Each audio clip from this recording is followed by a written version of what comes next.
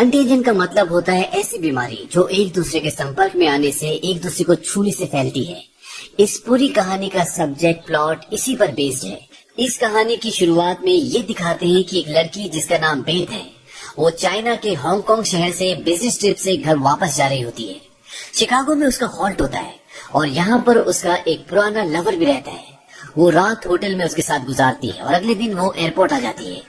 जब वो एयरपोर्ट आती है तो उसके उसी लवर का कॉल आता है और वो उससे बात करती है। बात करते करते बेथ को खांसी भी आती है। उसका लवर उससे पूछता है, क्या तुम ठीक हो?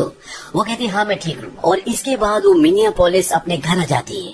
वहीं ये दिखाते हैं कि अमेरिका और चाइना के अलग अलग शहरों में लोग अजीब तरह से बीमार होना शुरू हो जाते हैं। उन्हें एक अलग तरह की बीमारी हो रही है, इसके बारे में किसी को कुछ नहीं पता। वहीं दूसरी तरफ ये दिखाते हैं कि बेथ की तबीयत को खराब हुए आज पूरे 4 दिन हो चुके हैं और उसकी तबीयत इतनी खराब हो जाती है कि वो बेहोश हो जाती है। बेथ के हस्बैंड मिच एमॉफ उसे हॉस्पिटल ले जाते हैं और हॉस्पिटल ले जाने की कुछ ही देर बाद उसकी मृत्यु हो जाती है। एमॉफ को कुछ समझ में नहीं आता कि उसकी मृत्यु क्यों हुई और जब वो घर आते हैं तो वो देखते हैं कि उनका स्टेपसन, जो कि अभी बहुत छोटा होता है, उसकी भी मृत्यु हो चुकी है और उसकी मृत्यु भी ठीक वैसी होती है जैसे बेथ की हुई थी। और मिच एमॉफ की पत्नी और उसके स्टेपसन की मृत्यु के बाद डॉक्टर उसे आइसोलेशन में रखते हैं ताकि वो ये वायरस, ये बीमारी दूसरों को ना फैलाए। लेकिन जब उसका चेकअप होता है तो उसमें ये पता चलता है कि उसकी बॉडी इस बीमारी से इम्यून है, यानी कि अपनी पत्नी और अपने बेटे जो इस बीमारी से इन्फेक्टेड थे, उनके संपर्क में आने के बाद भी ये बीमारी उसे नहीं लगी। वहीं दूसरी तरफ ये दिखाया जाता है कि चाइना के हांगकांग शहर में एक कॉम्प्लेक्स होता है जहां पर 2 लोगों की इसी बीमारी से मृत्यु हो जाती है और 8 लोग इन्फेक्टेड होते हैं। और अब डॉक्टर्स को, WHO को ये लगता है कि ये बीमारी यहीं से शुरू हुई है, इसीलिए वो चाइना के उस कॉम्प्लेक्स को जो हांगकांग में होता है उसे क्वारंटीन करने का फैसला करते हैं। क्वारंटीन का मतलब ये होता है कि अगर कोई भी इन्फेक्शन जो फैल सकता है तो ऐसे लोगों को, ऐसी जगह को आइसोलेशन यानी कि दुनिया से अलग कर देते हैं ताकि वो वायरस, वो इन्फेक्शन लोगों से दूसरे लोगों में ना फैल सके। वहीं दूसरी तरफ अमेरिका का हेल्थ डिपार्टमेंट भी इस चीज के लिए चिंतित है क्योंकि वहाँ पर 47 केसेस पाए गए हैं जिसमें से 8 लोगों की मृत्यु हो चुकी है और इसमें से एक बेथ भी होती है। अब यहाँ पर हेल्थ डिपार्टमेंट की एक मीटिंग होती है और इसमें एक डॉक्टर मियर्स भी होती है। वो कहते हैं कि अभी तक हम ये मानते हैं कि ये बीमारी सरफेस से फैलती है, यानी कि छूने से, और आमतौर पर हर एक इंसान एक दिन में अपने चेहरे को कम से कम 2 से 3 हजार बार छूता है। और इसके साथ साथ हर इंसान छूता है डोर बेल को, डोर हैंडल को, टैब्स को, बसों या ट्रेन में यात्रा करते हुए किसी सपोर्ट को, और इसी तरह से ये एक फॉर्मेट बन जाता है जिससे ये वायरस एक इंसान से दूसरे इंसान तक पहुंचता है। वो उन्हें ये भी बताती है कि कई बार इंसान कंटेजियस होता है, यानी कि उसे ये वायरस, ये बीमारी होती है लेकिन वो बिल्कुल नॉर्मल दिखता है और जब तक उसकी बीमारी बाहर आती है वो कई और लोगों को इन्फेक्टेड कर चुका होता है। ये एक तरह की महामारी है और अगर हम लकी रहे तो हमें 72 घंटों में इसके बारे में पता चल जाएगा क्योंकि लैब में टेस्ट चल रहे होते हैं। वहीं दूसरी तरफ DHS के लोग डॉक्टर चीवर से मिलते हैं।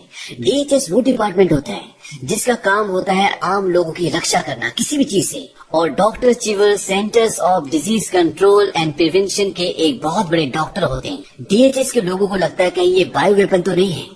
जिस तरह से परमाणु बम और अलग अलग तरह के हथियार होते हैं, इसी तरह से बायो वेपन भी होते हैं जिसमें एक देश दूसरे देश के ऊपर बीमारी फैलाकर उसे कमजोर कर सकता है।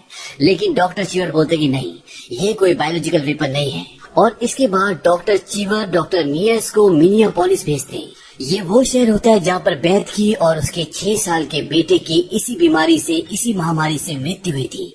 और वो यहाँ पर इसलिए आते हैं क्योंकि बेथ चाइना से होकर आई थी और अब डॉक्टर मियर बेथ के कॉलीग से मिलती है, लेकिन वो सब के सब ठीक होते हैं। डॉक्टर मियर्स पूछते हैं क्या यहाँ पर कोई ऐसा है जो बेथ के संपर्क में आया हो और वो यहाँ पर ना हो। उनमें से एक आदमी वहाँ पर नहीं होता, वो बस में होता है और जब डॉक्टर मियर्स उसे फोन करती है तो वो इन्फेक्टेड होता है। डॉक्टर मियर्स उसे बोलती है कि तुम जहाँ पर हो वहीं पर उतर जाओ और किसी चीज को छूना मत, और वो वहाँ पर उतर जाता है और डॉक्टर मियर्स अपनी टीम के साथ वहाँ पर जाती है और उसे मास्क पहनाकर वहाँ से ले जाते हैं। वहीं 72 घंटे की रिसर्च के बाद ये पता चलता है कि ये जो वायरस है वो पिग से और बैट से आया है, यानी कि सुअर और चमगादड़ से, और इनके पास इस वायरस का, इस बीमारी का ना कोई प्रोटोकॉल है और ना ही कोई वैक्सीन है। और इस वायरस के 8वें दिन में ये अमेरिका के 5 बड़े शहरों में फैल जाता है और इससे कई लोग मर चुके हैं और कई लोग इन्फेक्टेड हैं। और डॉक्टर को इस वायरस की दवा बनाने के लिए ये पता लगाना बहुत जरूरी है कि एग्जैक्टली ये वायरस आए कहाँ से था। इसीलिए डॉक्टर लियोनोरा को हांगकांग भेजा जाता है ताकि वो इस चीज की इन्वेस्टिगेशन कर सके। और अब तक यहाँ पर 89,000 केसेस हो चुके हैं ऐसे लोगों के जो इन्फेक्टेड हैं, और अगले 48 घंटों में ये कई गुना बढ़ जाएंगे, क्योंकि वायरस से इन्फेक्टेड एक इंसान जब भीड़ में जाता है तो वो उन सबको इन्फेक्टेड कर देता है, क्योंकि ये बीमारी छूने से, खांसने से और एक दूसरे के संपर्क से बढ़ती है। और अभी भी इस बीमारी का, इस वायरस का कोई इलाज नहीं है।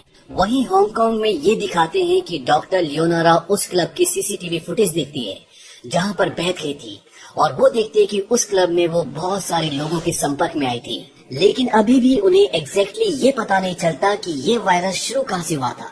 डॉक्टर लियोनारा को लगता है कि ये हांगकांग से पहले शुरू हो गया था, लेकिन उनके पास इस बात के कोई भी सटीक सबूत नहीं होते। वहीं दूसरी तरफ ये दिखाया जाता है कि डॉक्टर मेयर्स, जो मिनियापोलिस गई थी बैथ के स्टाफ से मिलने के लिए और इस वायरस, इस बीमारी की पुष्टि करने के लिए, जांच करने के लिए, अब उनकी तबीयत भी खराब होना शुरू हो जाती है, क्योंकि वो भी इस वायरस से इन्फेक्टेड हो चुकी है। और वो सबसे पहले होटल के रिसेप्शन पे कॉल करती है और उन सब लोगों के नंबर्स मांगती है जो पिछले एक दिन में उसके रूम में आए थे, क्योंकि उसे लगता है कि उसे वायरस है और उसने उन सबको इन्फेक्टेड कर दिया होगा जो उसके संपर्क में आए थे।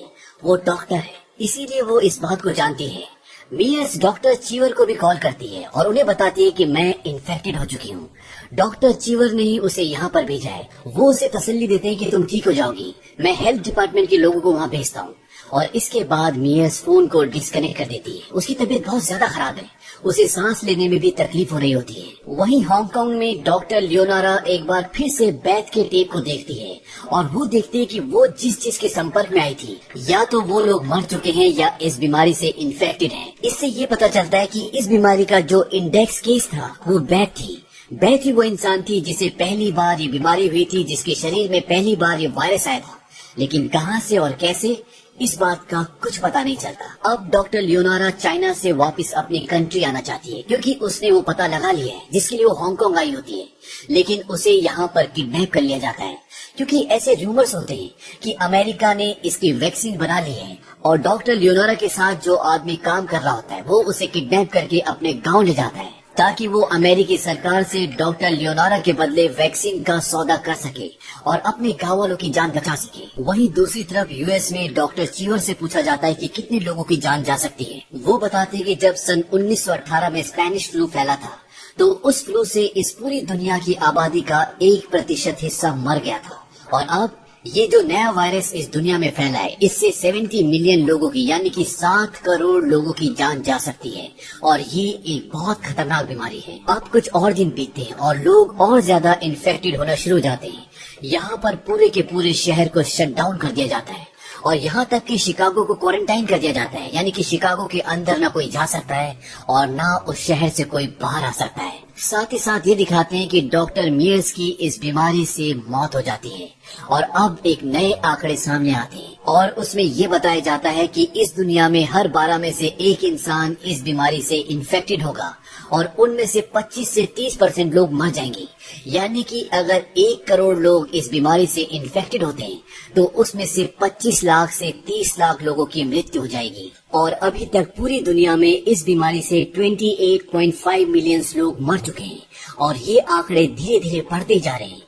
यहाँ पर शहर में चारों तरफ अफरा तफरी होती है। लोग भूख से, बीमारी से, अफवाहों से, हर चीज से लड़ रहे हैं।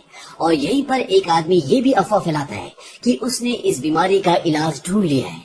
ये एक होम्योपैथिक इलाज है और इसकी एक खास होम्योपैथिक की दवा है, और वो आदमी ऐसा इसलिए करता है ताकि वो दवा ज्यादा से ज्यादा बिक सके और वो मुनाफा कमा सके, और ऐसा होता भी है। लेकिन जब पुलिस को ये बात पता चलती है तो उस आदमी को अरेस्ट कर लिया जाता है। लेकिन अभी भी गवर्नमेंट इस वायरस की, इस बीमारी की कोई मेडिकेशन नहीं बना पाई है, जबकि अभी तक 56 तरह की अलग अलग दवाइयाँ बन चुकी है, लेकिन वो सब की सब फेल साबित हुई।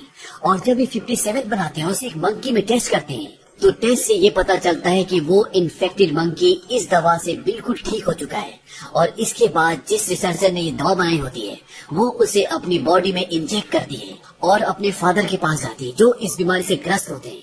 उसके पिता एक डॉक्टर थे और जब सारे डॉक्टर यहाँ से चले गए थे तो वो बीमार लोगों की सेवा करते रहे और इसी वजह से वो बीमार हो गई। और जब वो अपने डैड के पास आती तो अपना मास्क उतार देती है और उनके सिर को चूमती भी है। और वो ऐसा इसलिए भी करती है क्योंकि अगर लीगल तरीके से इस दवा की जांच की जाएगी तो वो प्रोसेस बहुत लंबा होगा और तब तक बहुत देर हो चुकी होगी। और अब तक इस वायरस को आए हुए इस दुनिया में 135 दिन हो चुके हैं। इसीलिए वो ये तरीका अपनाती है। और इस दवा के कामयाब होने के बाद अब इस दुनिया के पास इस वायरस का, इस महामारी का एक इलाज है, जो अपने आप में एक बहुत बड़ी विजय होती है। वही दूसरी तरफ भी दिखाते हैं कि हांगकांग में, चाइना में डॉक्टर लियोनोरा को जो किडनैप किया था, वो उसे इस शर्त पर छोड़ने के लिए तैयार हो जाते हैं कि डॉक्टर लियोनोरा के बदले अमेरिकी सरकार उन्हें वैक्सीन देंगी। और ऐसा होता भी है और वो डॉक्टर लियोनोरा को छोड़ देते हैं। और जब वो एयरपोर्ट पर होती है तो उनका साथ वाला आदमी उन्हें बताता है कि जो दवा हमने उनको दी है वो सिर्फ प्लेसिबो है। प्लेसिबो उसे कहा जाता है जब किसी पेशेंट को दवा के बदले कुछ और दे दिया जाता है और उसे ये बताया जाता है कि ये दवा है और वो दवा समझ के उसे खा लेता है। और डॉक्टर लियोनोरा को ये सच पता लगने के बाद वो उसी गांव की तरफ दोबारा जाती है क्योंकि वहाँ पर बहुत सारे बच्चे हैं जो मासूम हैं और अगर उन्होंने इस तरीके से अपना इलाज किया तो वो सब इन्फेक्टेड हो सकते हैं। और इसीलिए वो उन सब को वार्न करने के लिए उस तरफ निकल जाती है। वहीं दूसरी तरफ ये दिखाया जाता है कि डॉक्टर चिवर कई लोगों को इस मेडिकेशन को देते हैं ताकि वो इस बीमारी से इन्फेक्टेड ना हो सके और जो बीमार है वो ठीक हो सके। और अंत में ये भी दिखाया जाता है कि ये बीमारी फैली कैसे थी। दरअसल चाइना में कुछ लोग पेड़ों को काटते हैं और उन पेड़ों में से एक बैट, एक चमगादड़ उड़कर एक केले के पेड़ पर जाता है और वो वहाँ से एक केले का टुकड़ा ले जाता है और उसे खाने के लिए वो एक पिग फार्म में जाता है जहाँ पर बहुत सारे सुअर होते हैं। और वो जो केले का टुकड़ा अपने साथ लाया होता है वो नीचे जमीन पे गिर जाता है और वहाँ पे एक पिग उसे खा लेता है और उस पिग को मारकर एक रेस्टोरेंट में ले जाया जाता है। और जब कुक उसे बना रहा होता है, उसके मुंह में हाथ डाल रहा होता है, तभी उसका साथी उसे बोलता है कि बाहर आपसे कोई मिलना चाहता है। और वो कुक हाथ बिना धोए बाहर चला जाता है और बाहर बैथ होती है जो उससे मिलना चाहती है। बैथ उससे हाथ मिलाती है, उसके साथ फोटो खींचती है और इस तरह से ये इन्फेक्शन बैथ के शरीर में चला जाता है। और बैथ ही पहली पेशेंट होती है जिसके शरीर में बैट का और पिग का ये वायरस गया था।